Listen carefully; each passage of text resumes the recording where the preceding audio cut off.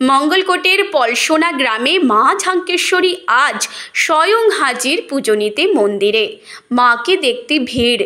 পূর্ব বর্ধমান জেলার মঙ্গলকোটের 3টি গ্রাম ও ভাতারের একটি গ্রামে মা ঝাঙ্কেশ্বরীর অবস্থান।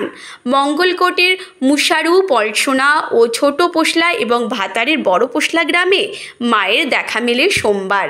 সারা বছরই মায়ের দেখা মেলে গ্রামের বিভিন্ন প্রান্তে।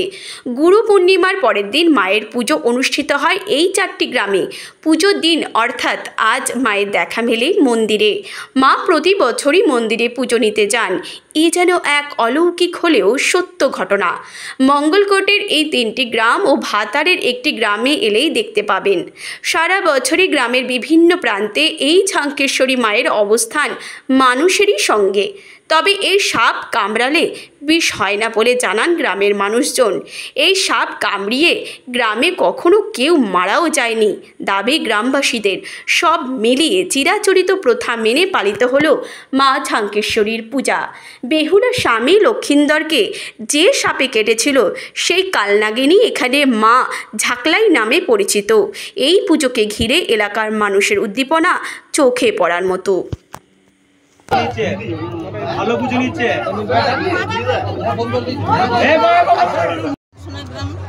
ঝাংলাই পুজো আমাদের শাশুড়ি মাদের মুখে শুনেছি মরে না, পুকুরে চান করলে ইয়ে হয়, ভালো হয়ে যায়। ননে ছিল আগে বউরা থাকতে পেত না, ননদরা থাকতো, মেয়েরা থাকতো। কেন না ঝাংলাই উনুনের ভেতরে ঢুকেছিল, দিয়ে বউ আগুন দিয়ে দিয়েছিল। দিয়ে মেয়ে তখন তাড়াতাড়ি এসে দুধ আর গঙ্গা জল ঢেলে দিয়েছিল। দিয়ে সেই থেকে যে তারপরে এখন জেনারেশন পাল্টিয়ে গিয়েছে। এখন তো বউরা না থাকলে তো চলবে না। মা আমাদের খুব জাগ্রত, আজ পর্যন্ত কেউ মরেও নাই। আমরা 65 বছর এসেছি, এখন মায়ের প্রতি বছরই পুজো দিতে আসেন? হ্যাঁ, প্রতি বছরই আপনি আসেন পুজো দিতে? হ্যাঁ, প্রতি বছর আমাদের পালা আছে পুজো, আমাদেরও বাড়ির পুজো, প্রত্যেক বছরই পুজো দিতে আসি। আঁকা দেওয়া হয় মাকে, মায়ের বিশাল ধুম। কি নাম আপনার? শান্তনা মণ্ডল। গ্রাম বর্ধমান জেলা মঙ্গলকোটের পলসোনা গ্রাম। এই পলসোনা গ্রামে দেবী ঝাঙ্কেশ্বরী আমরা সেবাই। আমার নাম মলয় চ্যাটার্জি। আমরা বংশ পরম্পরায় এর সেবা করে আসছি। দেবী ঝাঙ্কেশ্বরী আবির্ভাব সম্বন্ধে বহু মতভেদ আছে।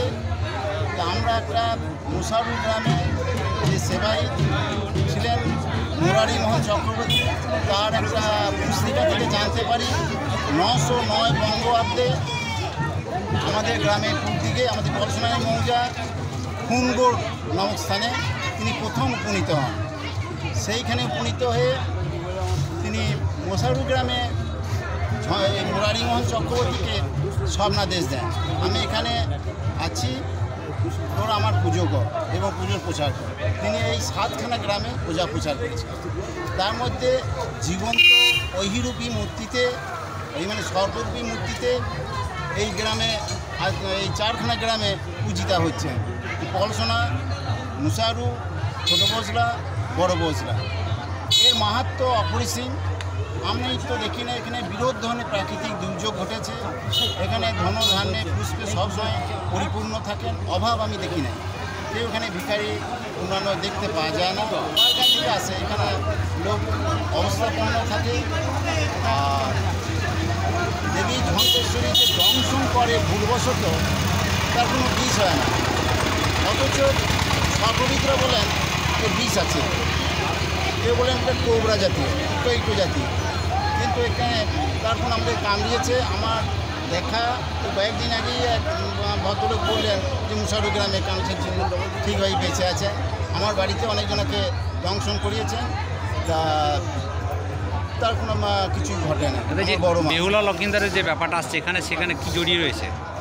এটা মনসা মঙ্গল কাব্যের যে বেহুলা লক্ষিন্দরকে যে দংশন করেছিলেন কালনাগিনী, সেই কালনাগিনী হচ্ছেন দেবী ঝাঙ্কেশ্বরী।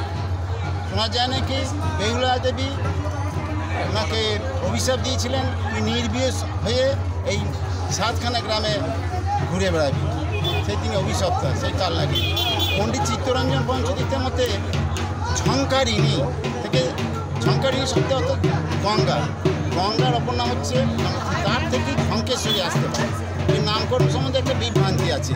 এই কীভাবে হলো, এর কী আবির্ভাব, ঠিক সঠিক তথ্য আমরা কি জানতে পারছি না। এর নয় বহুজনে রিসার্চ করছে, পরবর্তী ক্ষেত্রে আমরা জানতে পারি মায়ের মৃত্যুকে রেখে নিশ্চিন্তে তারা বাড়িতে থাকে। বর্তমানে বিজ্ঞানের যুগ, ভরসা করছে না, চলে যাচ্ছে ডাক্তারের কাছে, কিছু ওষুধ লাগাচ্ছে, কিন্তু ঘা হয়, জানাজানি করলে ঘা হয় না বেশি। অন্যান্য সাপ কি আছে গ্রামের?